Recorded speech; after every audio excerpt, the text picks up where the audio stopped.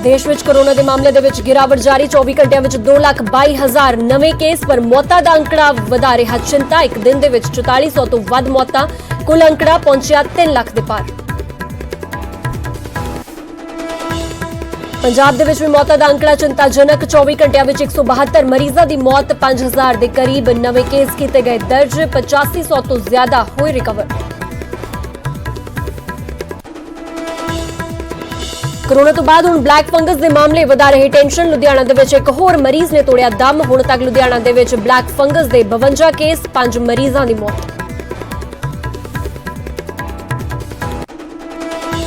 Vaccine निर्माता Moderna दा पंजाब सरकार नूं इनकार, कहा असीं सूबा सरकारां दे नाल नहीं सिर्फ भारत सरकार नाल डील करदे आ। पंजाब सरकार ने ग्लोबल टेंडर तहत मंगी सी वैक्सीन। प्रधानमंत्री नूं भेजी गई चिट्ठी ते किसान जथेबंदियां विच मतभेद। पंजाब दीआं कई जथेबंदियां ने 9 मैंबरी कमेटी वल्लों लए फैसले ते जताया इतराज। बोले दर्शनपाल ते योगेंद्र यादव नूं नहीं मानदे अपना लीडर। कैप्टन की अपील के बावजूद उगराह जथेबंदी धरने के लिए बजिद। मुख्यमंत्री ने कोरोना का हवाला दिंदियां धरना न लाउण दी कीती अपील, पर उगराह ने कहा ऐलान मुताबक होवेगा प्रदर्शन। हिसार विच होई लाठीचार्ज के विरोध विच अज किसानां दा हल्ला बोल। हिसार पुलिस कमिश्नर दा दफ्तर घेरन की तैयारी। पूरा शहर छाउणी च तब्दील, करीब 50 कंपनियां कीतियां गईयां तैनात।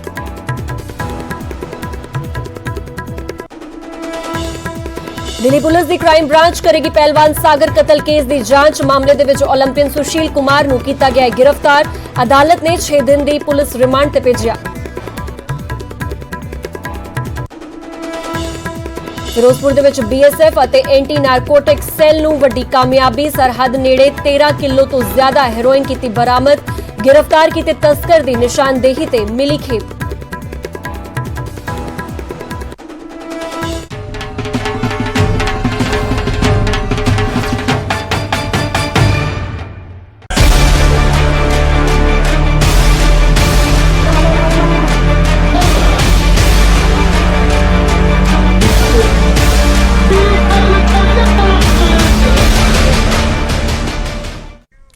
सत श्री अकाल, तुसीं वेख रहे हो न्यूज़ 18 पंजाब हरियाणा हिमाचल। मैं नवजोत कौर। बुलेटिन विच सब तो पहला गल करांगे किसान अंदोलन दी ते खास करके उस चिट्ठी दी जिसनूं लैके किसान जथेबंदियां दे विच मतभेद शुरू हो गया। प्रधानमंत्री नूं एक चिट्ठी लिखी गई सी 21 मई नूं, जिस तो बाद हुण किसान जथेबंदियां दे विच मतभेद हो चुके हैं। पंजाब दीआं कई जथेबंदियां ने चिट्ठी ते अपना एतराज जाहिर कीता है। 9 मैंबरी कमेटी ने बिना सलाह दे इह चिट्ठी भेजी है।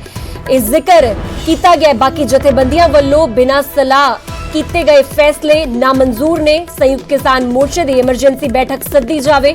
केंद्र दे नाल गलबात दे मुद्दे ते मुड़ तो विचार किया जावे। प्रधानमंत्री मोदी नूं एक चिट्ठी लिखी गई सी और खास करके 9 मैंबरी कमेटी वल्लों इस चिट्ठी नूं भेजिया गया सीगा और इस चिट्ठी दे विच जिक्र किया गया है कि 25 मई तक कोई ना कोई फैसला केंद्र सरकार वल्लों आ जाना चाहिए है कि वो अगे मीटिंग करना चाहते हैं किसान आगुआं नाल जां फिर नहीं, क्योंकि 26 मई नूं कुल 6 महीने का पूरा समा हो चुका है जदों कि लगातार किसान अपने मोर्चे नूं लैके दिल्ली दे विच डटे हुए ने। पर हुण एक चिट्ठी मतभेद का विषय बनती जा रही है और कुछ किसान जथेबंदियां वल्लों इस चिट्ठी का विरोध किया जा रहा है।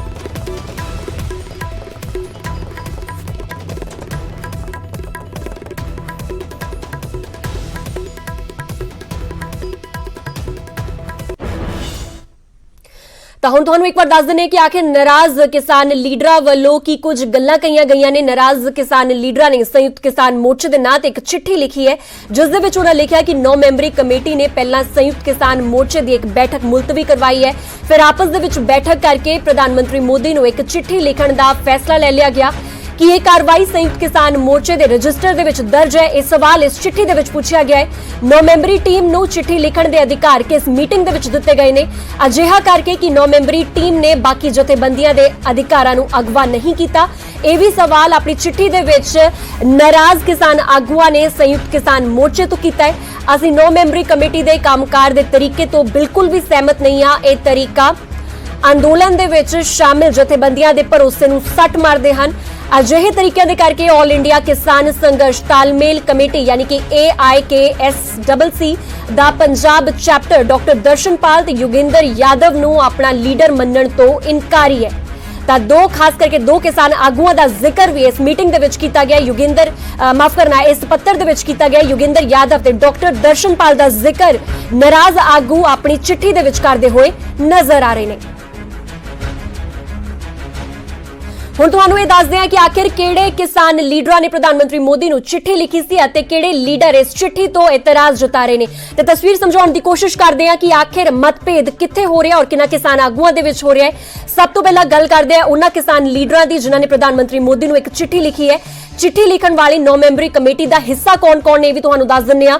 ਇਸ ਕਮੇਟੀ ਦਾ ਹਿੱਸਾ ਨੇ ਬਲਬੀਰ ਸਿੰਘ ਰਾਜੇਵਾਲ, ਡਾਕਟਰ ਦਰਸ਼ਨਪਾਲ, ਗੁਰਨਾਮ ਸਿੰਘ ਚੜੂਣੀ, ਹਨਨ ਮੌਲਾ, ਜਗਜੀਤ ਸਿੰਘ ਡੱਲੇਵਾਲ, ਜੋਗਿੰਦਰ ਸਿੰਘ ਉਗਰਾਹਾ, शिव कुमार कक्का और इस दे नाल योगिंदर यादव, युद्धवीर सिंह भी इस 9 मैंबरी कमेटी का हिस्सा ने जिन्हां वल्लों चिट्ठी लिखी गई है।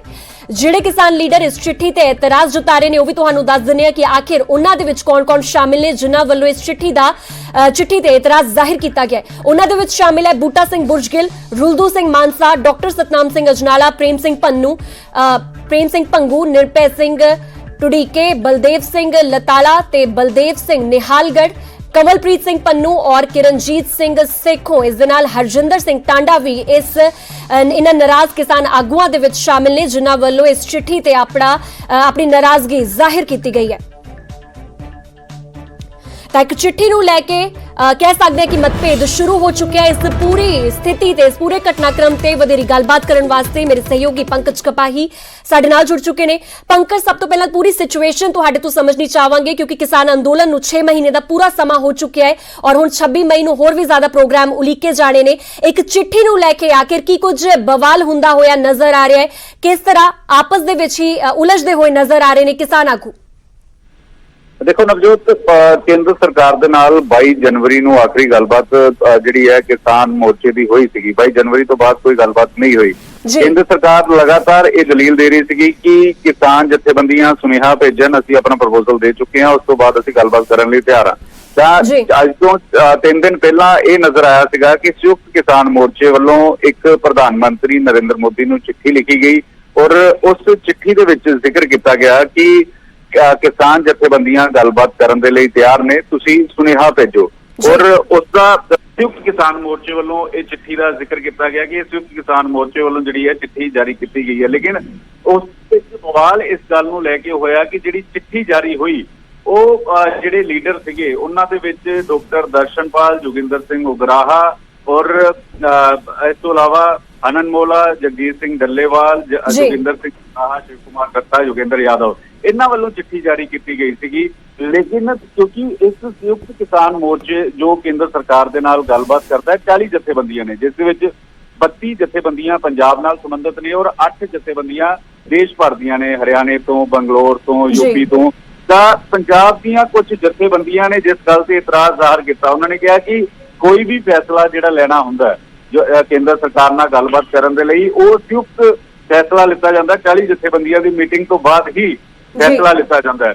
ਬੂਟਾ ਸਿੰਘ ਬੁਰਜਗਿਲ, ਨਿਰਭੈ ਸਿੰਘ, ਸਤਨਾਮ ਸਿੰਘ ਅਜਨਾਲਾ, ਰੁਲਦੂ ਸਿੰਘ ਮਾਨਸਾ, ਪ੍ਰੇਮ ਸਿੰਘ ਭੰਗੂ, ਇਹਨਾਂ ਨੇ ਸਵਾਲ ਖੜੇ ਕੀਤੇ। ਇਹਨਾਂ ਨੇ ਕਿਹਾ ਕਿ ਬਿਨਾਂ ਮੀਟਿੰਗ ਤੋਂ ਕਿਉਂ ਚਿੱਠੀ ਜਿਹੜੀ ਹੈ ਉਹ ਪ੍ਰਧਾਨ ਮੰਤਰੀ ਨੂੰ ਜਾਰੀ ਕੀਤੀ ਗਈ ਹੈ ਔਰ ਜ਼ਿਕਰ ਕੀਤਾ ਗਿਆ ਕਿ ਇਸ ਵੇਲੇ ਬਕਾਇਦਾ ਤੌਰ ਤੇ ਕੇਂਦਰ ਸਰਕਾਰ ਦੇ ਨਾਲ ਗੱਲਬਾਤ ਕਰਨ ਤੋਂ ਪਹਿਲਾਂ ਪੰਜਾਬ ਦੀ 32 ਜਥੇਬੰਦੀਆਂ ਦੀ ਇੱਕ ਮੀਟਿੰਗ ਸੱਦੀ ਜਾਵੇ। ਪੰਜਾਬ ਦੀ 32 ਜਥੇਬੰਦੀਆਂ ਦੀ ਮੀਟਿੰਗ ਤੋਂ ਬਾਅਦ ਹੀ ਜਿਹੜਾ ਵਾ ਅੱਗੇ ਦਾ ਫੈਸਲਾ ਜਿਹੜਾ ਵਾ ਉਹ ਲਿੱਤਾ ਜਾਣਾ ਚਾਹੀਦਾ ਵਾ।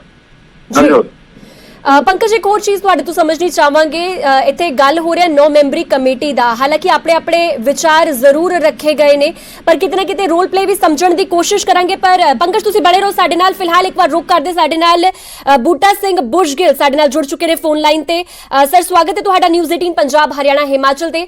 ਬੂਟਾ ਸਿੰਘ ਜੀ, ਇੱਕ ਚਿੱਠੀ ਨੂੰ ਲੈ ਕੇ ਲੱਗਦਾ ਹੈ ਕਿ ਮਤਭੇਦ ਕਿਤੇ ਨਾ ਕਿਤੇ ਸ਼ੁਰੂ ਹੋ ਚੁੱਕਿਆ ਹੈ। ਸਭ ਤੋਂ ਪਹਿਲਾਂ ਤੁਹਾਡਾ ਵੀ ਰਿਐਕਸ਼ਨ ਸਮਝਣ ਦੀ ਕੋਸ਼ਿਸ਼ ਕਰਾਂਗੇ ਕਿ ਆਖਿਰ ਤੁਹਾਡੇ ਵੱਲੋਂ ਇਸ ਚਿੱਠੀ ਤੇ ਇਤਰਾਜ਼ जाहिर क्यों किया गया?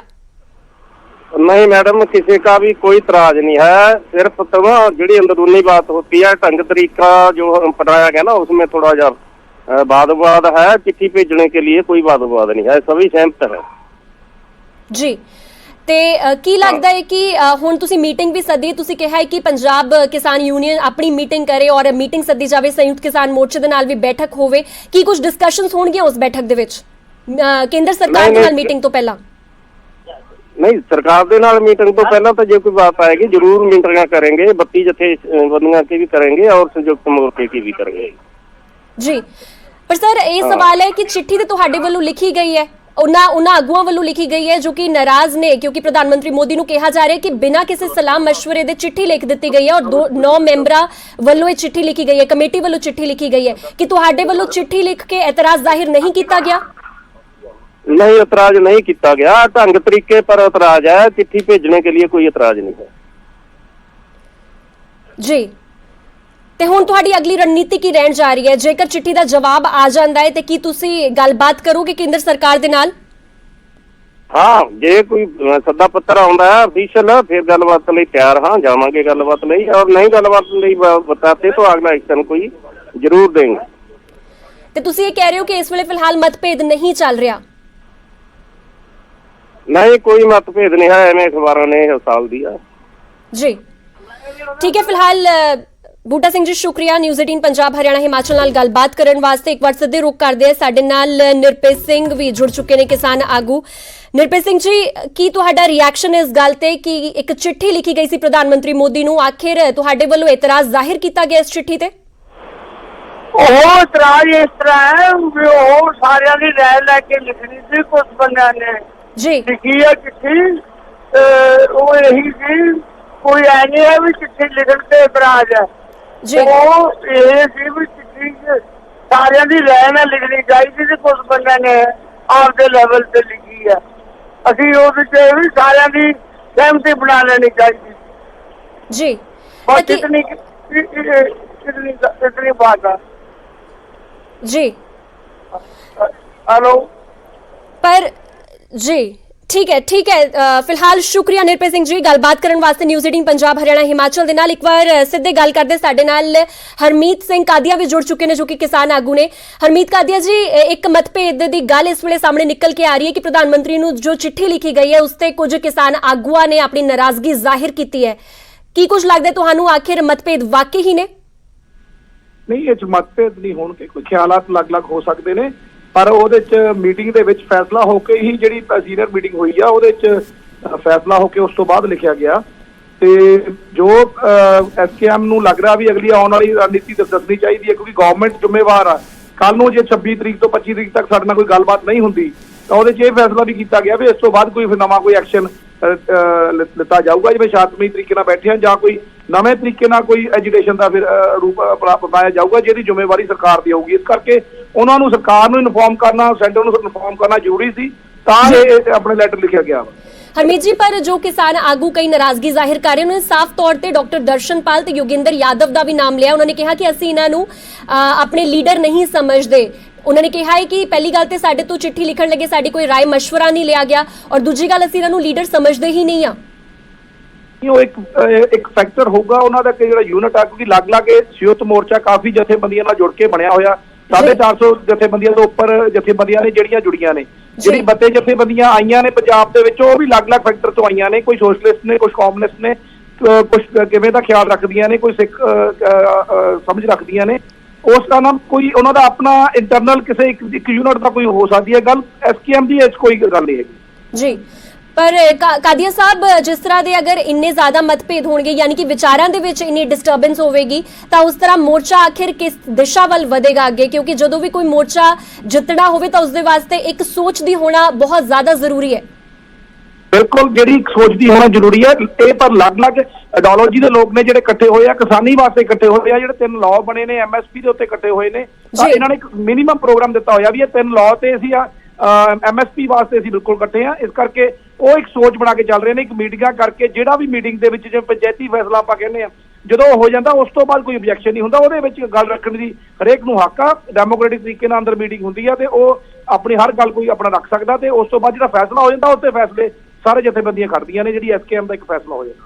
ਜੀ ਤੇ ਹਰਮੀਤ ਜੀ ਹੁਣ ਅਗਲੀ ਰਣਨੀਤੀ ਕੀ ਹੋਵੇਗੀ ਜੇਕਰ ਕੇਂਦਰ ਸਰਕਾਰ ਵੱਲੋਂ ਅਪਰੂਵਲ ਹੋ ਜਾਂਦਾ ਹੈ ਕਿ ਹੁਣ ਮੀਟਿੰਗ ਵਾਸਤੇ ਸੱਦਿਆ ਜਾਂਦਾ ਹੈ ਤੁਹਾਨੂੰ ਤਾਂ ਕਿਸ ਤਰ੍ਹਾਂ ਮੀਟਿੰਗ ਦੇ ਵਿੱਚ ਪਾਰਟਿਸਿਪੇਟ ਕਰੋਗੇ ਔਰ ਕੀ ਨਾਰਾਜ਼ ਆਗੂਆਂ ਨੂੰ ਮਨਾਇਆ ਜਾਵੇਗਾ ਨਾਰਾਜ਼ ਜਥੇਬੰਦੀਆਂ ਨੂੰ ਮਨਾਇਆ ਜਾਏਗਾ ਪਹਿਲਾਂ ਨਹੀਂ ਕੋਈ ਨਾਰਾਜ਼ ਨਹੀਂ ਹੈ ਤੁਹਾਨੂੰ ਕੋਈ ਗਲਤ ਇਨਫੋਰਮੇਸ਼ਨ ਹੈ ਕੋਈ ਖਿਆਲ ਡਿਫਰੈਂਟ ਹੋਣਗੇ ਵੀ ਲਿਖਿਆ ਜਾਵੇ ਜਾਂ ਨਾ ਲਿਖਿਆ ਜਾਵੇ ਉਹ ਹੋ ਸਕਦਾ ਪਰ ਮੀਟਿੰਗ ਹਰ ਜਥੇਬੰਦੀ ਜਿਹੜੀ ਇੱਥੇ ਕਿਸਾਨ ਆ ਕੇ ਬੈਠੇ ਆ ਅਸੀਂ ਮੋਰਚਿਆਂ ਦੇ ਉੱਤੇ ਜਿਹੜੇ ਸਰਕਾਰ ਕੋਲ ਮੰਗ ਕਰ ਰਹੇ ਆ ਅਸੀਂ ਸਰਕਾਰ ਕੋਲ ਮੰਗ ਕਰ ਰਹੇ 22 ਤਰੀਕ ਤੋਂ ਬਾਅਦ ਸਾਨੂੰ ਬੁਲਾਇਆ ਵੀ ਨਹੀਂ ਗਿਆ ਕੋਈ ਮੀਟਿੰਗ ਵੀ ਨਹੀਂ ਕੀਤੀ ਗਈ ਗੱਲਬਾਤ ਵੀ ਨਹੀਂ ਚੱਲ ਰਹੀ ਪਬਲਿਕਲੀ ਤੇ ਉਹ ਇੱਕ ਬਹੁਤ ਵੱਡਾ ਇੱਕ ਡਿਫਰੈਂਸ ਪੈ ਗਿਆ ਸੀ ਕਿਉਂਕਿ 26 ਤਰੀਕ ਨੂੰ ਅਸੀਂ ਕਾਲਾ ਦਿਵਸ ਮਨਾ ਰਹੇ ਹਾਂ ਜਿਹੜਾ ਕਿ ਇਹ ਰੀਜ਼ਨ ਆ ਵੀ 6 ਮਹੀਨੇ ਹੋ ਗਏ ਸਾਨੂੰ ਬਾਰਡਰਾਂ ਦੇ ਉੱਤੇ ਬੈਠੇ ਹੋਏ ਤਾਂ ਜੇ ਉਹ ਬੈਠੇ ਹੋਏ ਤੇ ਸਰਕਾਰ ਬੁਲਾਉਂਦੀ ਹੈ ਤੇ ਅਸੀਂ ਉਹਦਾ ਸਵਾਗਤ ਕਰਾਂਗੇ ਐਸਕੇਐਮ ਮੀਟਿੰਗ ਕਰਕੇ ਫੈਸਲਾ ਕਰਕੇ ਜਿਹੜੀ ਵੀ ਤਰੀਕ ਦੇਣਗੇ ਅਸੀਂ ਗੱਲਬਾਤ ਲਈ ਤਿਆਰ ਆ ਤਕਰੀਬਨ ਸਾਰਾ ਐਸਕੇਐਮ ਨੇ ਫੈਸਲਾ ਕੀਤਾ ਜਦੋਂ ਵੀ ਸਰਕਾਰ ਨੇ ਬੁਲਾਇਆ ਅਸੀਂ ਸਰਕਾਰ ਨਾਲ ਗੱਲਬਾਤ ਕਰਨ ਕਿਸਾਨਾਂ ਦੇ ਹੱਲ ਕਰਨ ਇਹ ਕਾਨੂੰਨ ਦੇ ਉੱਤੇ ਵਾਸਤੇ ਹੀ ਇੱਥੇ ਐਜੀਟੇਸ਼ਨ ਕਰ ਰਹੇ ਹਾਂ ਵੀ ਇਹ ਕਾਨੂੰਨ ਵਾਪਸ ਦਿੱਤੇ ਜਾਣ ਜਾਂ ਐਮਐਸਪੀ ਦੇ ਉੱਤੇ ਲਾਅ ਬਣਿਆ ਜਾਵੇ ਜੀ ਠੀਕ ਹੈ ਕਾਦੇ ਸਾਹਿਬ ਫਿਲਹਾਲ ਸ਼ੁਕਰੀਆ ਨਿਊਜ਼ 18 ਪੰਜਾਬ ਹਰਿਆਣਾ ਹਿਮਾਚਲ ਨਾਲ ਗੱਲਬਾਤ ਕਰਨ ਵਾਸਤੇ ਤਾਂ ਇਸ ਵੇਲੇ ਜਿੱਦਾਂ ਕਿ ਕਈ ਕਿਸਾਨ ਆਗੂਆਂ ਵੱਲੋਂ ਇਸ ਗੱਲ ਦਾ ਜ਼ਿਕਰ ਕੀਤਾ ਗਿਆ ਕਿ ਨਾਰਾਜ਼ਗੀ ਬਿਲਕੁਲ ਵੀ ਨਹੀਂ ਹੈ ਹਾਲਾਂਕਿ ਕਿਤੇ ਵਿਚਾਰਿਕ ਮਤਭੇਦ ਜ਼ਰੂਰ ਹੋ ਸਕਦੇ ਨੇ ਉਹ ਵੀ ਦੂਰ ਕਰ ਲਏ ਜਾਣਗੇ ਔਰ ਜਿਸ ਵੇਲੇ ਅਗਰ ਕੇਂਦਰ ਸਰਕਾਰ ਵੱਲੋਂ ਮੀਟਿੰਗ ਸੱਦੀ ਜਾਂਦੀ ਤਾਂ ਉਸ ਮੀਟਿੰਗ ਦੇ ਵਿੱਚ ਜ਼ਰੂਰ ਹਿੱਸੇਦਾਰੀ ਪਾਈ ਜਾਵੇਗੀ ਇੱਕ ਵਾਰ ਸਿੱਧਾ ਰੁਖ ਕਰਦੇ ਮੇਰੇ ਸਹਿਯੋਗੀ ਪੰਕਜ ਕਪਾਹੀ ਸਾਡੇ ਨਾਲ ਲਗਾਤਾਰ ਜੁੜੇ ਹੋਏ ਨੇ ਪੰਕਜ ਸਭ ਤੋਂ ਪਹਿਲਾਂ ਇੱਕ ਸਵਾਲ ਕਿ ਰੋਲ ਪਲੇ ਸਮਝਣ ਦੀ ਕੋਸ਼ਿਸ਼ ਕਰਾਂਗੇ ਕਿ ਆਖਿਰ 9 ਮੈਂਬਰੀ ਕਮੇਟੀ ਦਾ ਰੋਲ ਪਲੇ ਕੀ ਹੈ ਕਿਉਂਕਿ ਚਿੱਠੀ ਦੇ ਵਿੱਚ ਇਹਨਾਂ ਦੇ ਰੋਲ ਨੂੰ ਲੈ ਕੇ ਵੀ ਸਵਾਲ ਚੁੱਕੇ ਗਏ ਸੀ ਔਰ ਦੂਜੀ ਗੱਲ ਸਾਫ਼ ਤੌਰ ਤੇ ਜੋ ਨਾਰਾਜ਼ ਕਿਸਾਨ ਆਗੂ ਵੀ ਨੇ ਉਹਨਾਂ ਵੱਲੋਂ ਕਿਹਾ ਗਿਆ ਕਿ ਸਾਨੂੰ ਪ੍ਰਧਾਨ ਮੰਤਰੀ ਨੂੰ ਚਿੱਠੀ ਲਿਖਣ ਤੋਂ ਕੋਈ ਇਤਰਾਜ਼ ਨਹੀਂ ਹੈ ਹਾਲਾਂਕਿ ਸਲਾਹ ਮਸ਼ਵਰਾ ਜ਼ਰੂਰ ਕਰ ਲੈਣਾ ਚਾਹੀਦਾ ਸੀ ਦੇਖੋ ਨਵਜੋਤ ਇੱਕ ਗੱਲ ਸਮਝਣ ਦੀ ਜ਼ਰੂਰਤ ਹੈ ਕਿ ਇਹ 40 ਜਥੇਬੰਦੀਆਂ ਦੀ ਵੱਖੋ-ਵੱਖ ਵਿਚਾਰਧਾਰਾ ਹੈ ਵੱਖੋ-ਵੱਖ ਆਰਗੇਨਾਈਜੇਸ਼ਨ ਸਟਰਕਚਰ ਜਿਹੜਾ ਇਹਨਾਂ ਦਾ ਔਰ ਪਿਛਲੇ 6 ਮਹੀਨਿਆਂ ਤੋਂ ਇਹ ਦਿੱਲੀ ਦੀਆਂ ਹੱਦਾਂ ਦੇ ਉੱਤੇ ਇਕੱਠੇ ਨੇ ਤਾਂ ਕਿ ਕੇਂਦਰ ਸਰਕਾਰ ਦੇ ਨਾਲ ਗੱਲਬਾਤ ਕੀਤੀ ਜਾਵੇ ਆਪਣੇ ਮਤਭੇਦ ਭੁਲਾ ਕੇ ਇਹ ਸਾਰੀਆਂ ਜਥੇਬੰਦੀਆਂ ਇਕੱਠੀਆਂ ਹੋਈਆਂ ਨੇ ਲੇਕਿਨ ਜਦੋਂ ਕਿਸੇ ਵੀ ਜਥੇਬੰਦੀ ਦੇ ਆਗੂ ਨੂੰ ਪੁੱਛਿਆ ਨਹੀਂ ਜਾਂਦਾ ਜਾਂ ਕੋਈ ਵੱਡਾ ਫੈਸਲਾ ਲੈਣ ਤੋਂ ਪਹਿਲਾਂ ਕੋਈ ਮੀਟਿੰਗ ਨਹੀਂ ਹੁੰਦੀ ਤਾਂ ਇਤਰਾਜ਼ ਜ਼ਾਹਰ ਹੁੰਦਾ ਵਾ ਔਰ ਇਹੀ ਤਸਵੀਰ ਉਸ ਵੇਲੇ ਨਜ਼ਰ ਆਈ ਜਦੋਂ ਪ੍ਰਧਾਨ ਮੰਤਰੀ ਨੂੰ ਚਿੱਠੀ ਲਿਖੀ ਗਈ ਤਾਂ ਬੂਟਾ ਸਿੰਘ ਬੁਰਜਗਿੱਲ ਪ੍ਰੇਮ ਸਿੰਘ ਪੰਗੂ ਹੋਰੀ ਇਸ ਗੱਲ ਨੂੰ ਖਫਾ ਨਹੀਂ ਕਿ ਕੇਂਦਰ ਸਰਕਾਰ ਨਾਲ ਗੱਲ ਕੀਤੀ ਜਾਵੇ ਅਸੀਂ ਸਾਰੇ ਚਾਹੁੰਦੇ ਹਾਂ ਲੇਕਿਨ ਗੱਲਬਾਤ ਦਾ ਤਰੀਕਾ ਕੀ ਹੋਣਾ ਚਾਹੀਦਾ ਵਾ ਔਰ ਜਾਣਕਾਰੀ ਜਿਹੜੀ ਆ ਉਹ ਸਾਂਝੀ ਕੀਤੀ ਜਾਣੀ ਚਾਹੀਦੀ ਸੀਗੀ ਇਸ ਗੱਲ ਨੂੰ ਲੈ ਕੇ ਮਤਭੇਦ ਜਿਹੜਾ ਵਾ ਉਹ ਜ਼ਰੂਰ ਸਾਹਮਣੇ ਆਇਆ ਵਾ ਲੇਕਿਨ ਇੱਕ ਗੱਲ ਸਾਫ਼ ਹੈ ਕਿਉਂਕਿ ਹਰੇਕ ਜਥੇਬੰਦੀ ਇਹ ਚਾਹੁੰਦੀ ਹੈ ਕਿ ਕੇਂਦਰ ਸਰਕਾਰ ਦੇ ਨਾਲ ਗੱਲਬਾਤ ਹੋਵੇ ਤਾਂ ਕਿ ਕੋਵਿਡ ਕਾਲ ਦੇ ਵਿੱਚ ਇੰਨੇ ਮੁਸ਼ਕਲ ਦੌਰ ਦੇ ਵਿੱਚ ਜਿਹੜੇ ਕਿਸਾਨ ਦਿੱਲੀ ਦੀਆਂ ਹੱਦਾਂ ਦੇ ਪਿਛਲੇ 6 ਮਹੀਨਿਆਂ ਤੋਂ ਬੈਠੇ ਹੋਏ ਨੇ ਉਹ ਵੀ ਵਾਪਸ ਆਪਣੇ ਘਰ ਆਪਣੇ ਪਰਿਵਾਰ ਦੇ ਨਾਲ ਰਹਿ ਸਕਣ ਔਰ ਦੂਸਰੀ ਗੱਲ ਇਹ ਵੀ ਹੈ ਕਿ ਚਿੱਠੀ ਦੇ ਵਿੱਚ ਇੱਕ ਲਾਈਨ ਲਿਖੀ ਗਈ ਹੈ ਕਿ ਅਗਰ 25 ਮਈ ਤੱਕ ਜਵਾਬ ਨਹੀਂ ਆਉਂਦਾ ਕਿ ਕੇਂਦਰ ਸਰਕਾਰ ਵੱਲੋਂ ਕਿਉਂਕਿ ਅਜੇ ਤੱਕ ਕੋਈ ਜਵਾਬ ਨਹੀਂ ਆਇਆ ਤਾਂ ਫਿਰ ਅਗਲੀ ਰੂਪਰੇਖਾ ਹੋਰ ਕਰੀ ਜਾਏਗੀ ਔਰ ਅਸੀਂ ਇਹ ਵੀ ਦੇਖ ਰਹੇ ਹਾਂ ਕਿ 26 ਮਈ ਨੂੰ 6 ਮਹੀਨੇ ਪੂਰੇ ਹੋ ਰਹੇ ਆ ਔਰ ਉੱਥੇ ਇੱਕ ਵੱਡਾ ਇਕੱਠ ਦਿੱਲੀ ਦੀਆਂ ਹੱਦਾਂ ਤੇ ਹੁੰਦਾ ਹੋਇਆ ਨਜ਼ਰ ਆਵੇਗਾ ਬਹੁਤ ਸਾਰੇ ਕਿਸਾਨ ਜਿਹੜੇ ਨੇ ਉਹ ਪੰਜਾਬ ਤੋਂ ਤਰਨਤਾਰਨ ਤੋਂ ਪਟਿਆਲੇ ਤੋਂ ਚੱਲਦੇ ਹੋਏ ਦਿੱਲੀ ਵਾਲੇ ਪਾਸੇ ਪਹੁੰਚ ਰਹੇ ਨੇ ਤਾਂ ਜਿਹੇ ਚ ਇੰਨੇ ਮੁਸ਼ਕਲ ਦੌਰ ਦੇ ਵਿੱਚ ਕੇਂਦਰ ਸਰਕਾਰ ਨਾਲ ਗੱਲਬਾਤ ਕੀਤੀ ਜਾਵੇ ਹਰੇਕ ਕੋਈ ਚਾਹੁੰਦਾ ਵਾ ਲੇਕਿਨ ਇੱਕ ਹਰ ਕਿਸੇ ਦਾ ਸਲਾਹ ਮਸ਼ਵਰਾ ਦਿੱਤਾ ਜਾਵੇ ਇਸ ਗੱਲ ਨੂੰ ਲੈ ਕੇ ਮਤਭੇਦ ਜਿਹੜੇ ਨੇ ਉਹ ਸਾਹਮਣੇ ਆ ਰਹੇ ਨੇ ਜੀ ਠੀਕ ਹੈ ਪੰਕਜ ਫਿਲਹਾਲ ਸ਼ੁਕਰੀਆ तमाम ਜਾਣਕਾਰੀ ਵਾਸਤੇ ਤਾਂ ਪ੍ਰਧਾਨ ਮੰਤਰੀ ਨੂੰ ਲਿਖੀ ਹੋਈ ਚਿੱਠੀ ਤੇ ਕਿਤੇ ਨਾ ਕਿਤੇ ਵਿਚਾਰਾਂ ਦੇ ਵਿੱਚ ਮਤਭੇਦ ਵੇਖਣ ਨੂੰ ਮਿਲ ਰਹੇ ਨੇ ਕੁਝ ਕਿਸਾਨ ਆਗੂਆਂ ਵੱਲੋਂ ਨਾਰਾਜ਼ਗੀ ਜ਼ਾਹਿਰ ਕੀਤੀ ਗਈ ਹੈ ਸਾਫ਼ ਤੌਰ ਤੇ ਕਿਹਾ ਗਿਆ ਕਿ ਇੱਕ ਮੀਟਿੰਗ ਸੱਦਣੀ ਚਾਹੀਦੀ ਸੀ ਪ੍ਰਧਾਨ ਮੰਤਰੀ ਮੋਦੀ ਨੂੰ ਚਿੱਠੀ ਲਿਖਣ ਤੋਂ ਪਹਿਲਾਂ ਔਰ ਇਹ ਡਿਸਕਸ਼ਨ ਕਰ ਲੈਣਾ ਚਾਹੀਦਾ ਸੀ ਕਿ ਆਖਿਰ ਕਿਸ ਤਰ੍ਹਾਂ ਹੁਣ ਅਗਲਾ ਸਟੈਪ ਉਲੀਕਿਆ ਜਾਵੇਗਾ ਪਰ ਕਿਤੇ ਨਾ ਕਿਤੇ ਨਾਰਾਜ਼ ਜ਼ਰੂਰ ਹੁੰਦੇ ਹੋਏ ਨਜ਼ਰ ਆ ਰਹੇ ਨੇ ਔਰ ਦੇਖਣਾ ਹੋਵੇਗਾ ਕਿ ਆਖਿਰ ਕਿਸ ਤਰ੍ਹਾਂ ਇਹ ਮਸਲਾ ਸੁਲਝਾਇਆ ਜਾਵੇਗਾ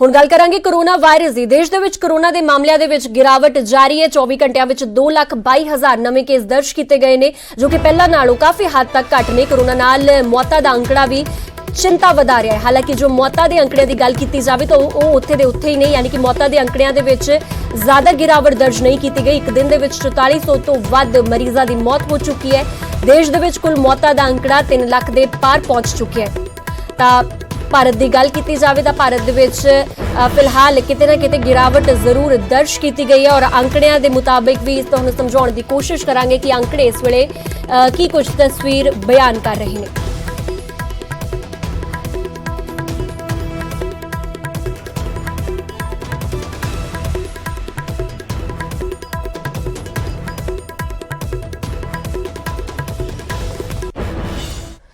ਤਾਂ ਭਾਰਤ ਦੇ ਵਿੱਚ ਕੋਰੋਨਾ ਵਾਇਰਸ ਦੇ ਅੰਕੜਿਆਂ ਦੇ ਵਿੱਚ ਗਿਰਾਵਟ ਦਰਜ ਕੀਤੀ ਗਈ। ਅਗਰ 1 ਮਹੀਨੇ ਦੀ ਪਹਿਲਾਂ ਦੀ ਗੱਲ ਕੀਤੀ ਜਾਵੇ ਤਾਂ ਲਗਾਤਾਰ ਇਹ ਅੰਕੜਾ ਵੱਧਦਾ ਜਾ ਰਿਹਾ ਸੀ, ਸਿਖਰਾਂ ਤੱਕ ਪਹੁੰਚ ਰਿਹਾ ਸੀ, ਪਰ ਹੁਣ ਕਿਤੇ ਨਾ ਕਿਤੇ ਗ੍ਰਾਫ ਜ਼ਰੂਰ ਸਲੋ ਡਾਊਨ ਹੋਇਆ, ਥੱਲੇ ਆਇਆ ਹੈ। ਅੰਕੜਿਆਂ ਦੇ ਜ਼ਰੀਏ ਤੁਹਾਨੂੰ ਦੱਸ ਦਿੰਦੇ ਹਾਂ ਕਿ ਆਖਿਰ ਭਾਰਤ ਦੇ ਵਿੱਚ 24 ਘੰਟੇ ਦੀ ਕੀ ਕੁਝ ਤਸਵੀਰ ਸਾਹਮਣੇ ਨਿਕਲ ਕੇ ਆਈ ਹੈ।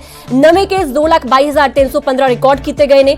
ਰਿਕਵਰੀ ਰੇਟ ਦੀ ਗੱਲ ਕੀਤੀ ਜਾਵੇ ਤਾਂ 3,02,554 ਮਾਫ ਕਰਨਾ 44 ਲੋਕ ਠੀਕ ਹੋ ਚੁੱਕੇ ਨੇ। ਇਸ ਦੇ ਨਾਲ ਮੌਤਾਂ ਦੇ ਅੰਕੜਿਆਂ ਦੀ ਗੱਲ ਕੀਤੀ ਜਾਵੇ ਤਾਂ 4,454 ਮੌਤਾਂ ਦਰਜ ਕੀਤੀਆਂ ਗਈਆਂ ਨੇ। ਕਿਤੇ ਨਾ ਕਿਤੇ ਰਿਕਵਰੀ ਰੇਟ ਵੀ ਠੀਕ ਹੈ, ਯਾਨੀ ਕਿ 3 ਲੱਖ ਤੋਂ ਵੱਧ ਅਜਿਹੇ ਲੋਕ ਨੇ ਜੋ ਕਿ ਠੀਕ ਹੋ ਕੇ ਬੀਤੇ 24 ਘੰਟਿਆਂ ਦੇ ਵਿੱਚ ਡਿਸਚਾਰਜ ਹੋ ਚੁੱਕੇ ਨੇ। ਹੁਣ ਇੱਕ ਵਾਰ ਤੁਹਾਨੂੰ ਦੱਸ ਦਿੰਦੇ ਕਿ ਆਖਿਰ ਕੋਰੋਨਾ ਵਾਇਰਸ ਦਾ ਗ੍ਰਾਫ ਕਿੱਧਰ ਨੂੰ ਜਾ ਰਿਹਾ ਹੈ। ਕੁਝ ਦਿਨਾਂ ਦੀ ਤਸਵੀਰ ਤੁਹਾਡੇ ਸਾਹਮਣੇ ਰੱਖ ਦਿੰਨੇ ਆ। 19 ਮਈ, 20 ਮਈ, 21, 22 ਤੇ 23 5 ਦਿਨਾਂ ਦੀ ਤਸਵੀਰ ਤੁਹਾਡੀ ਟੀਵੀ ਸਕਰੀਨ ਤੇ ਹੈ। 19 ਮਈ ਨੂੰ ਬਹੁਤ ਜ਼ਿਆਦਾ ਇਜ਼ਾਫਾ ਸੀਗਾ, ਬਹੁਤ ਜ਼ਿਆਦਾ ਵਧੇ ਹੋਏ ਕੇਸ ਸੀਗੇ। 2,76,070 ਦੇ ਕਰੀਬ ਕੇਸ ਰਿਕਾਰਡ ਕੀਤੇ ਗਏ। ਉਸ ਤੋਂ ਬਾਅਦ ਰਾਹਤ ਵਾਲੀ ਗੱਲ ਇਹ ਹੈ ਕਿ ਇਹ ਗ੍ਰਾਫ ਦਿਨ ਪਰ ਦਿਨ ਥੱਲੇ ਆਉਂਦਾ ਗਿਆ ਹੈ। 20 ਮਈ ਨੂੰ ਥੋੜੇ ਹੋਰ ਕੇਸ ਘਟ ਕੇ 2,59,591 ਤੱਕ ਪਹੁੰਚੇ। 21 ਮਈ ਨੂੰ 2,57,299 ਤੱਕ ਪਹੁੰਚੇ।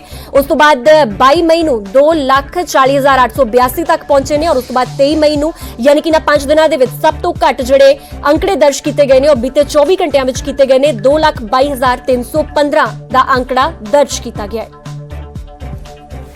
ਹੁਣ ਮੌਤਾਂ ਦੇ ਅੰਕੜਿਆਂ ਦੀ ਵੀ ਗੱਲ ਕਰਾਂਗੇ। ਆਖਿਰ ਦੇਸ਼ ਦੇ ਵਿੱਚ ਕੋਰੋਨਾ ਦਾ ਕਹਿਰ ਕਿਸ ਤਰ੍ਹਾਂ ਦਾ ਦੇਖਣ ਨੂੰ ਮਿਲ ਰਿਹਾ ਹੈ, ਮੌਤਾਂ ਦਾ ਕੀ ਕੁਝ ਅੰਕੜਾ ਹੈ ਉਹ ਵੀ ਤੁਹਾਨੂੰ ਦੱਸ ਦਿੰਦੇ ਹਾਂ ਗ੍ਰਾਫਿਕਸ ਦੇ ਜ਼ਰੀਏ। 19 ਮਈ ਨੂੰ ਸਭ ਤੋਂ ਪਹਿਲਾਂ ਮੌਤਾਂ ਦਾ ਅੰਕੜਾ ਨਿਕਲ ਕੇ ਆਉਂਦਾ ਹੈ। 3,874 ਲੋਕਾਂ ਦਾ ਮੌਤਾਂ ਦਾ ਅੰਕੜਾ ਸੀਗਾ ਜੋ ਪੂਰੇ ਦੇਸ਼ ਦੇ ਵਿੱਚ ਰਿਕਾਰਡ ਕੀਤਾ ਗਿਆ। 20 ਮਈ ਨੂੰ ਇਹ ਗ੍ਰਾਫ ਥੋੜਾ ਹੋਰ ਵੱਧਦਾ ਹੈ, 4,209 ਤੱਕ ਪਹੁੰਚਦਾ ਹੈ ਅੰਕੜਾ। ਉਸ ਤੋਂ ਬਾਅਦ 21 ਮਈ ਨੂੰ ਥੋੜੀ ਜਿਹੀ ਗਿਰਾਵਟ ਹੁੰਦੀ ਹੈ, 4,194 ਤੱਕ ਪਹੁੰਚਦਾ ਹੈ। ਇਸ ਤੋਂ ਬਾਅਦ 22 ਮਈ ਨੂੰ ਕੁਝ ਹੋਰ ਕਾਫੀ ਹੱਦ ਤੱਕ ਗਿਰਾਵਟ ਦਰਜ ਹੋਈ ਹੈ, 3,741 ਤੱਕ ਪਹੁੰਚਦਾ ਹੈ। ਪਰ ਉਸ ਤੋਂ ਬਾਅਦ ਬੀਤੇ 24 ਘੰਟਿਆਂ ਵਿੱਚ ਇੱਕ ਵਾਰ ਫਿਰ ਤੋਂ ਮੌਤਾਂ ਦੇ ਅੰਕੜੇ ਦੇ ਵਿੱਚ ਇਜ਼ਾਫਾ ਹੋਇਆ ਹੈ, ਯਾਨੀ ਕਿ ਸਭ ਤੋਂ ਵੱਧ 5 ਦਿਨਾਂ ਦੇ ਵਿੱਚ ਮੌਤਾਂ ਦਾ ਅੰਕੜਾ ਬੀਤੇ 24 ਘੰਟਿਆਂ ਦੇ ਵਿੱਚ ਦਰਜ ਕੀਤਾ ਗਿਆ। 4,454 ਤੱਕ ਇਹ ਅੰਕੜਾ ਪਹੁੰਚ ਚੁੱਕਿਆ ਹੈ।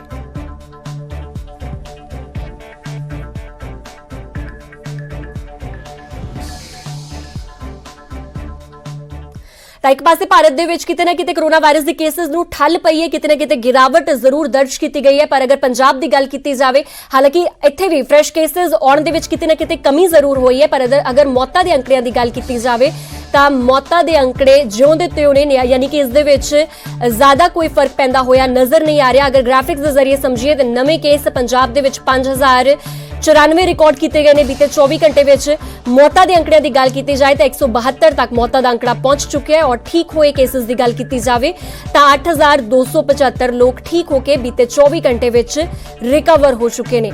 ਅੰਕੜਿਆਂ ਨੂੰ ਸਮਝਾਉਣ ਦਾ ਮਤਲਬ ਇਹ ਹੈ ਕਿ ਤੁਸੀਂ ਹਜੇ ਵੀ ਸੁਚੇਤ ਰਹੋ, ਕਿਉਂਕਿ ਇਸ ਵੇਲੇ ਵੀ ਹਾਲਾਤ ਕਹਿ ਸਕਦੇ ਆ ਪੂਰੀ ਤਰ੍ਹਾਂ ਠੀਕ ਨਹੀਂ ਹੋਏ, ਪਰ ਕਿਤੇ ਨਾ ਕਿਤੇ ਪਹਿਲਾਂ ਨਾਲੋਂ ਬਿਹਤਰ ਜ਼ਰੂਰ ਹੋਏ ਨੇ। ਹੁਣ ਤੁਹਾਨੂੰ ਇੱਕ ਵਾਰ ਹੌਟਸਪੌਟ ਜ਼ਿਲ੍ਹਿਆਂ ਦਾ ਹਾਲ ਵੀ ਦੱਸ ਦਿੰਦੇ ਹਾਂ ਕਿ ਆਖਿਰ ਹੌਟਸਪੌਟ ਜ਼ਿਲ੍ਹਿਆਂ ਦੇ ਵਿੱਚ ਕੀ ਕੁਝ ਅੰਕੜਾ ਸਾਹਮਣੇ ਨਿਕਲ ਕੇ ਆ ਰਿਹਾ ਹੈ। ਗੱਲ ਲੁਧਿਆਣਾ ਦੀ ਵੀ ਕਰਾਂਗੇ, ਜਲੰਧਰ ਦੀ ਕਰਾਂਗੇ। ਲੁਧਿਆਣਾ ਵਿੱਚ ਸਭ ਤੋਂ ਵੱਧ ਕੇਸ ਰਿਕਾਰਡ ਕੀਤੇ ਜਾ ਰਹੇ ਨੇ। 24 ਘੰਟਿਆਂ ਵਿੱਚ 597 ਰਿਕਾਰਡ ਕੀਤੇ ਗਏ ਨੇ ਨਵੇਂ ਕੇਸ। ਜਲੰਧਰ ਦੀ ਗੱਲ ਕੀਤੀ ਜਾਵੇ ਤਾਂ 459 ਕੇਸ ਰਿਕਾਰਡ ਕੀਤੇ ਗਏ। ਮੋਹਾਲੀ ਦੀ ਗੱਲ ਕੀਤੀ ਜਾਏ ਤਾਂ 454, ਫਾਜ਼ਿਲਕਾ ਵਿੱਚ 436 ਔਰ ਬਠਿੰਡਾ ਵਿੱਚ 435 ਦਾ ਅੰਕੜਾ ਦਰਜ ਕੀਤਾ ਗਿਆ ਹੈ। ਇੱਕ ਵਾਰ ਮੌਤਾਂ ਦੇ ਅੰਕੜਿਆਂ ਦੀ ਵੀ ਗੱਲ ਕਰ ਲੈਂਦੇ ਆ ਕਿ ਆਖਿਰ 24 ਘੰਟੇ ਦੇ ਵਿੱਚ ਕਿੰਨੀ ਕੁ ਮੋਰਟੈਲਿਟੀ ਰੇਟ ਕਿੱਥੋਂ ਤੱਕ ਪਹੁੰਚਿਆ ਹੈ। ਜ਼ਿਲ੍ਹੇ ਵਾਈਜ਼ ਤੁਹਾਨੂੰ ਦੱਸ ਦਿੰਦੇ ਆ। ਲੁਧਿਆਣਾ ਦੇ ਵਿੱਚ ਬੀਤੇ 24 ਘੰਟਿਆਂ ਵਿੱਚ 20 ਲੋਕਾਂ ਨੇ ਦਮ ਤੋੜ ਦਿੱਤਾ। ਪਟਿਆਲਾ 'ਚ 19, ਬਠਿੰਡਾ 'ਚ 18, ਮੋਹਾਲੀ 'ਚ 16 ਔਰ ਇਸ ਦੇ ਨਾਲ ਅੰਮ੍ਰਿਤਸਰ ਦੇ ਵਿੱਚ 15 ਲੋਕਾਂ ਨੇ ਬੀਤੇ 24 ਘੰਟਿਆਂ ਵਿੱਚ ਦਮ ਤੋੜ ਦਿੱਤਾ ਹੈ। ਤਾਂ ਇੱਕ ਵਾਰ ਤੁਹਾਨੂੰ ਦੱਸ ਦਿੰਦੇ ਕਿ ਆਖਿਰ ਪੰਜਾਬ ਦੇ ਵਿੱਚ ਕਿਸ ਤਰ੍ਹਾਂ ਦੀ ਗਿਰਾਵਟ ਦਰਜ ਕੀਤੀ ਗਈ ਹੈ ਉਹ ਵੀ ਤੁਹਾਨੂੰ ਦੱਸ ਦਿੰਦੇ ਆ ਕਿ ਬੀਤੇ 5 ਦਿਨਾਂ ਦੇ ਵਿੱਚ ਕੀ ਕੁਝ ਸਲੋਪ ਦੇਖਣ ਨੂੰ ਮਿਲਿਆ ਹੈ ਕੇਸਿਸ ਦਾ। 19 ਮਈ ਦੀ ਗੱਲ ਕੀਤੀ ਜਾਵੇ ਤਾਂ ਸਭ ਤੋਂ ਵੱਧ ਕੇਸਿਸ ਰਿਕਾਰਡ ਕੀਤੇ ਗਏ ਸੀ 6,407। ਉਸ ਤੋਂ ਬਾਅਦ 20 ਮਈ ਨੂੰ ਥੋੜੇ ਘਟਦੇ ਨੇ 5,566 ਤੱਕ ਪਹੁੰਚਦੇ ਨੇ। 21 ਮਈ ਨੂੰ ਕਾਫੀ ਅੱਛੀ ਗਿਰਾਵਟ ਦਰਜ ਹੁੰਦੀ ਹੈ 5278 ਤੱਕ ਪਹੁੰਚਦੀ ਹੈ ਗਿਰਾਵਟ। ਉਸ ਤੋਂ ਬਾਅਦ 22 ਮਈ ਨੂੰ ਇੱਕ ਵਾਰ ਫਿਰ ਤੋਂ ਕੇਸਿਸ ਦੇ ਵਿੱਚ ਇਜ਼ਾਫਾ ਹੁੰਦਾ ਹੈ 5421 ਤੱਕ ਪਹੁੰਚਦੇ ਹੈ ਔਰ ਉਸ ਤੋਂ ਬਾਅਦ ਬੀਤੇ 24 ਘੰਟਿਆਂ ਵਿੱਚ 5000 ਤੋਂ ਵੱਧ ਯਾਨੀ ਕਿ 5094 ਕੇਸ ਰਿਕਾਰਡ ਕੀਤੇ ਗਏ ਨੇ। ਕਿਤੇ ਨਾ ਕਿਤੇ ਅੰਕੜਾ 4-5 ਦਿਨਾਂ ਤੋਂ ਲਗਭਗ 5000 ਤੇ ਸਿਮਟਿਆ ਹੋਇਆ ਹੈ ਯਾਨੀ ਕਿ 5000 ਅਜਿਹੇ ਰੋਜ਼ ਦੇ ਕੇਸ ਨੇ ਜੋ ਕਿ ਰਿਕਾਰਡ ਕੀਤੇ ਜਾ ਰਹੇ ਨੇ। ਹੁਣ ਮੌਤਾਂ ਦੇ ਅੰਕੜਿਆਂ ਦੀ ਵੀ ਗੱਲ ਕਰ ਲੈਂਦੇ ਹਾਂ ਕਿ ਆਖਿਰ 5 ਦਿਨਾਂ ਦੇ ਵਿੱਚ ਮੌਤਾਂ ਦੇ ਅੰਕੜੇ ਕੀ ਕੁਝ ਬਿਆਨ ਕਰ ਰਹੇ ਨੇ। ਮੌਤਾਂ ਦੀ ਗੱਲ ਕੀਤੀ ਜਾਏ ਤਾਂ 19 ਤਰੀਕ ਨੂੰ 208 ਲੋਕਾਂ ਨੇ ਦਮ ਤੋੜ ਦਿੱਤਾ, 20 ਮਈ ਨੂੰ 193 ਲੋਕਾਂ ਨੇ ਦਮ ਤੋੜਿਆ, 21 ਮਈ ਨੂੰ 172, 22 ਮਈ ਨੂੰ 201 ਔਰ 23 ਮਈ ਨੂੰ 172 ਯਾਨੀ ਕਿ ਅਜੇ ਵੀ ਮੌਤਾਂ ਦਾ ਅੰਕੜਾ ਕਿਤੇ ਨਾ ਕਿਤੇ 180 ਦੇ ਲਾਗੇ ਬੰਨੇ ਪਹੁੰਚਿਆ ਹੋਇਆ ਹੈ ਔਰ ਕਿਤੇ ਨਾ ਕਿਤੇ ਜ਼ਿਆਦਾ ਕੁਝ ਬਦਲਾਅ ਨਜ਼ਰ ਨਹੀਂ ਆ ਰਿਹਾ ਮੌਤਾਂ ਦੇ ਅੰਕੜਿਆਂ ਵਿੱਚ। ਹੁਣ ਤੁਹਾਨੂੰ ਇੱਕ ਵਾਰ ਰਿਕਵਰੀ ਰੇਟ ਵੀ ਦੱਸ ਦਿੰਦੇ ਹਾਂ ਕਿ ਆਖਿਰ ਪੰਜਾਬ ਦੇ ਵਿੱਚ ਰਿਕਵਰੀ ਰੇਟ ਦੇ ਕੀ ਕੁਝ ਹਾਲਾਤ ਨੇ। ਅਗਰ ਰਿਕਵਰੀ ਰੇਟ ਦੀ ਗੱਲ ਕੀਤੀ ਜਾਵੇ ਤਾਂ ਉਹ ਲੋਕ ਜੋ ਕਿ 24 ਘੰਟਿਆਂ ਦੇ ਅੰਦਰ ਅੰਦਰ ਰਿਕਵਰ ਹੋ ਕੇ ਠੀਕ ਹੋ ਕੇ ਡਿਸਚਾਰਜ ਹੋ ਜਾਂਦੇ। 19 ਮਈ ਦੀ ਗੱਲ ਕੀਤੀ ਜਾਏ ਤਾਂ 7872 ਲੋਕਾਂ ਨੇ ਕੋਰੋਨਾ ਵਾਇਰਸ ਤੇ ਜਿੱਤ ਹਾਸਲ ਕੀਤੀ। 20 ਮਈ ਦੀ ਗੱਲ ਕੀਤੀ ਜਾਏ ਤਾਂ 8736 ਲੋਕ ਬਿਲਕੁਲ ਠੀਕ ਹੋ ਕੇ ਰਿਕਵਰ ਹੋ ਗਏ। 21 ਮਈ ਨੂੰ ਵੀ ਇਹ ਅੰਕੜਾ 8000 ਦੇ ਲਗਭਗ ਹੀ ਪਹੁੰਚਿਆ ਹੋਇਆ ਨਜ਼ਰ ਆਇਆ। 22 ਮਈ ਨੂੰ 7363 ਲੋਕਾਂ ਨੇ ਠੀਕ ਹੋ ਕੇ ਜਿੱਤ ਹਾਸਲ ਕੀਤੀ ਹੈ, ਰਿਕਵਰ ਹੋਏ ਨੇ ਔਰ 23 ਮਈ ਦੀ ਗੱਲ ਕੀਤੀ ਜਾਵੇ ਤਾਂ 8275 ਲੋਕ ਠੀਕ ਹੋ ਕੇ ਡਿਸਚਾਰਜ ਹੋ ਚੁੱਕੇ ਨੇ।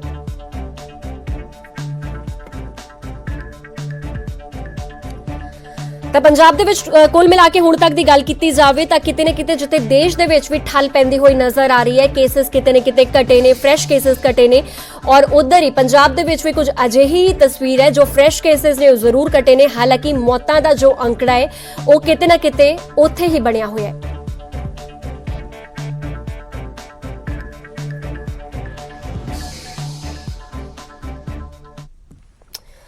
ਤਾਂ ਕਿਤੇ ਨਾ ਕਿਤੇ ਕੋਰੋਨਾ ਵਾਇਰਸ ਦੇ ਕੇਸਿਸ ਆਪਣੇ ਆਪ ਦੇ ਵਿੱਚ ਜਿੱਥੇ ਰਾਹਤ ਵਾਲੇ ਅੰਕੜਾ ਜ਼ਰੂਰ ਹੁਣ ਪੇਸ਼ ਕਰਨ ਲੱਗੇ ਨੇ, ਹੌਲੀ-ਹੌਲੀ ਇਸ ਦੀ ਰਫ਼ਤਾਰ ਜਿਹੜੀ ਹੈ ਉਹ ਮੱਠੀ ਪੈਂਦੀ ਹੋਈ ਨਜ਼ਰ ਆ ਰਹੀ ਹੈ। ਉਧਰ ਇੱਕ ਹੋਰ ਦਿੱਕਤ ਆ ਗਈ ਹੈ, ਲੁਧਿਆਣਾ ਤੋਂ ਅਗਲੀ ਖਬਰ ਆ ਰਹੀ ਹੈ। ਕੋਰੋਨਾ ਤੋਂ ਬਾਅਦ ਬਲੈਕ ਫੰਗਸ ਨੇ ਹੁਣ ਟੈਂਸ਼ਨ ਵਧਾ ਦਿੱਤੀ ਹੈ। ਲੁਧਿਆਣਾ ਦੇ ਵਿੱਚ ਬਲੈਕ ਫੰਗਸ ਦੇ ਨਾਲ ਇੱਕ ਹੋਰ ਮੌਤ ਹੋਈ ਹੈ। ਹੁਣ ਤੱਕ ਲੁਧਿਆਣਾ ਦੇ ਵਿੱਚ ਬਲੈਕ ਫੰਗਸ ਦੇ ਨਾਲ 5 ਮੌਤਾਂ ਦਰਜ ਹੋ ਚੁੱਕੀਆਂ ਨੇ।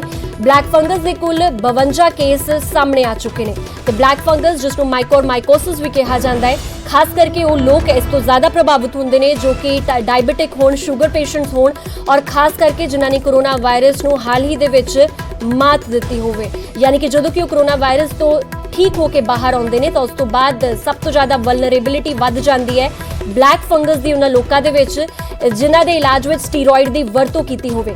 ਇਸ ਦੇ ਨਾਲ ਹੀ ਜੋ ਸਿਹਤ ਸਲਾਹਕਾਰ ਨੇ ਪੰਜਾਬ ਦੇ ਡਾਕਟਰ ਕੇ ਤਲਵਾਰ, ਉਹਨਾਂ ਵੱਲੋਂ ਵੀ ਇਹ ਗੱਲ ਕਹੀ ਗਈ ਸੀ, ਡਾਕਟਰਾਂ ਨੂੰ ਇਹ ਅਪੀਲ ਕੀਤੀ ਗਈ ਹੈ ਕਿ ਜਦੋਂ ਵੀ ਅਜਿਹੇ ਡਾਇਬੀਟਿਕ ਮਰੀਜ਼ਾਂ ਨੂੰ ਸਟੀਰੋਇਡ ਦਿੱਤੇ ਜਾਂਦੇ ਨੇ ਤਾਂ ਪੂਰੀ ਸਹੀ ਮਾਤਰਾ ਦੇ ਵਿੱਚ ਦਿੱਤੇ ਜਾਣੇ ਚਾਹੀਦੇ ਨੇ ਕਿਉਂਕਿ ਬਲੈਕ ਫੰਗਸ ਦਾ ਅਸਰ ਉਹਨਾਂ ਦੇ ਉੱਤੇ ਨਾ ਪਵੇ। ਇਸ ਕਰਕੇ ਖਿਆਲ ਰੱਖਣਾ ਬੇहद ਜ਼ਰੂਰੀ ਹੈ।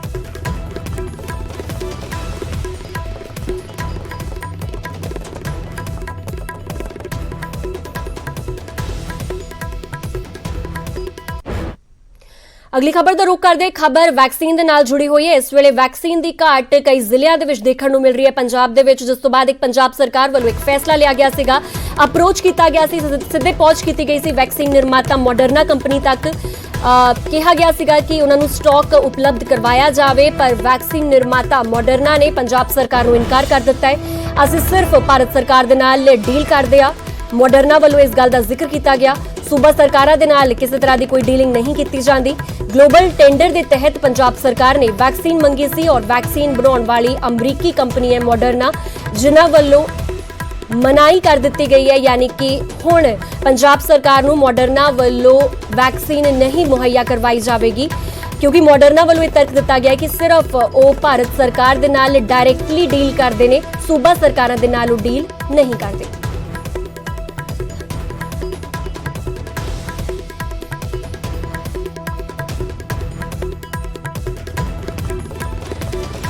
ਤਾਂ ਲਗਾਤਾਰ ਗੱਲ ਕਰ ਰਹੇ ਹਾਂ ਮੋਡਰਨਾ ਅਮਰੀਕੀ ਕੰਪਨੀ ਦੀ, ਜਿਸ ਵੱਲੋਂ ਇਨਕਾਰ ਕਰ ਦਿੱਤਾ ਗਿਆ ਪੰਜਾਬ ਸਰਕਾਰ ਨੂੰ ਔਰ ਵੈਕਸੀਨ ਦੀ ਮੰਗ ਕੀਤੀ ਗਈ ਸੀ ਪੰਜਾਬ ਸਰਕਾਰ ਵੱਲੋਂ ਕਿਉਂਕਿ ਵੈਕਸੀਨ ਦੀ ਘਾਟ ਇਸ ਵੇਲੇ ਪੰਜਾਬ ਦੇ ਵਿੱਚ ਵੀ ਹੈ।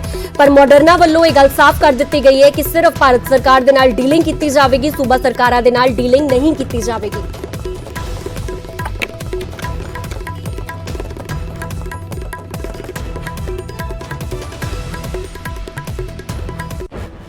ਅਗਲੀ ਖਬਰ ਗਵਾਂਢੀ ਸੂਬੇ ਹਰਿਆਣੇ ਤੋਂ ਆ ਰਹੀ ਹੈ। ਹਰਿਆਣਾ ਦੇ ਵਿੱਚ ਅੱਜ ਤੋਂ ਸ਼ਰਤਾਂ ਦੇ ਨਾਲ ਲੋਕਡਾਊਨ ਦੇ ਵਿੱਚ ਰਿਆਇਤ ਦੇ ਦਿੱਤੀ ਗਈ ਹੈ। ਸਰਕਾਰ ਨੇ ਦੁਕਾਨਾਂ ਖੋਲ੍ਹਣ ਦੀ ਇਜਾਜ਼ਤ ਦੇ ਦਿੱਤੀ ਹੈ। ਹਾਲਾਂਕਿ ऑड ਈਵਨ ਫਾਰਮੂਲੇ ਦੇ ਤਹਿਤ ਦੁਕਾਨਾਂ ਖੁੱਲ ਰਹੀਆਂ ਨੇ ਅਤੇ ਸਮਾਂ ਸਵੇਰੇ 7 ਵਜੇ ਤੋਂ ਦੁਪਹਿਰ 12 ਵਜੇ ਤੱਕ ਦਾ ਰੱਖਿਆ ਗਿਆ ਹੈ। ਸਿਰਸਾ ਦੇ ਵਿੱਚ ਰਿਆਇਤਾਂ ਤੋਂ ਬਾਅਦ ਕੀ ਕੁਝ ਤਸਵੀਰਾਂ ਨੇ, ਬਾਜ਼ਾਰਾਂ ਦਾ ਆਖਿਰ ਕੀ ਕੁਝ नजारा है, देखो रिपोर्ट। में एक सप्ताह के लिए लॉकडाउन बढ़ा दिया गया है, लेकिन रियायतें दी गई हैं। रियायतें ये दी गई हैं कि बाजारों में अब सुबह 7 बजे से लेके 12 बजे तक बाजार खुल पाएंगे, लेकिन बाजार ऑड इवन फॉर्मूला तरीके से खुलेंगे। सिरसा के बाजारों की तस्वीरें मैं आपको दिखा दूं तो यहाँ पर ये शहर का मुख्य बाजार है। यहाँ पर ऑड इवन फॉर्मूला के तरीके से दुकानें खुली हैं, लेकिन शहर के कुछ बाजार ऐसे भी हैं जहाँ पर दुकानें एक साथ खुल रही हैं। कंफ्यूजन लोगों में ये है कि ऑड इवन की मार्किंग नहीं की गई, हालांकि मार्किंग नगर परिषद की तरफ से जो की गई है वो इस तरह से की है जिससे लोग असमंजस में हैं। देखिए, आज इवन की दुकानें खुलेंगी तो फिलहाल बाजार में चहल पहल शुरू हो गई है।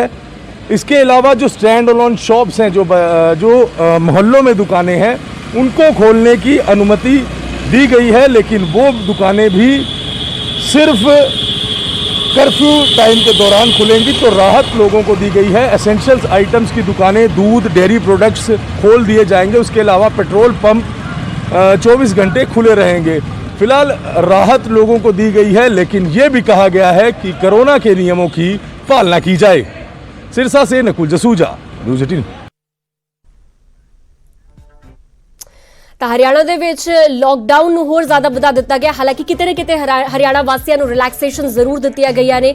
ਜੋ ਬਾਜ਼ਾਰਾਂ ਦਾ ਸਮਾਂ ਹੈ ਉਸ ਨੂੰ ਵੀ ਹੁਣ ਹੋਰ ਜ਼ਿਆਦਾ ਸਮਾਂ ਦਿੱਤਾ ਜਾਵੇਗਾ, ਯਾਨੀ ਕਿ ਬਾਜ਼ਾਰ ਹੁਣ ਵਧੇਰੇ ਸਮੇਂ ਵਾਸਤੇ ਖੁੱਲੇ ਰਹਿਣਗੇ। ਸਵੇਰੇ 7 ਵਜੇ ਤੋਂ ਲੈ ਕੇ 12 ਵਜੇ ਤੱਕ ਦਾ ਸਮਾਂ ਤੈਅ ਕੀਤਾ ਗਿਆ। ਇਸ ਦੇ ਨਾਲ ਦੁਕਾਨਾਂ ਵੀ ਹੁਣ ਔਡ ਈਵਨ ਦੇ ਫਾਰਮੂਲੇ ਦੇ ਨਾਲ ਹੀ ਖੁੱਲਣਗੀਆਂ। ਤੁਹਾਨੂੰ ਦੱਸ ਦੇ ਕਿ ਹਰਿਆਣਾ ਦੇ ਵਿੱਚ ਵੀ ਕਿਤੇ ਨਾ ਕਿਤੇ ਜੋ ਫਰੈਸ਼ ਕੇਸਿਸ ਨੇ, ਯਾਨੀ ਕਿ ਤਾਜ਼ਾ ਮਾਮਲੇ ਨੇ ਕੋਰੋਨਾ ਵਾਇਰਸ ਦੇ, ਉਹ ਹੁਣ ਉਹਨਾਂ ਦੇ ਵਿੱਚ ਗਿਰਾਵਟ ਦਰਜ ਕੀਤੀ ਗਈ ਹੈ, ਜਿਸ ਤੋਂ ਬਾਅਦ ਹੁਣ ਸਰਕਾਰ ਵੱਲੋਂ ਕਿਤੇ ਨਾ ਕਿਤੇ ਰਿਆਇਤਾਂ ਵੀ ਦਿੱਤੀਆਂ ਗਈਆਂ ਨੇ, ਪਰ ਲੋਕਡਾਊਨ ਨੂੰ ਵੀ ਵਧਾ ਦਿੱਤਾ ਗਿਆ ਹੈ।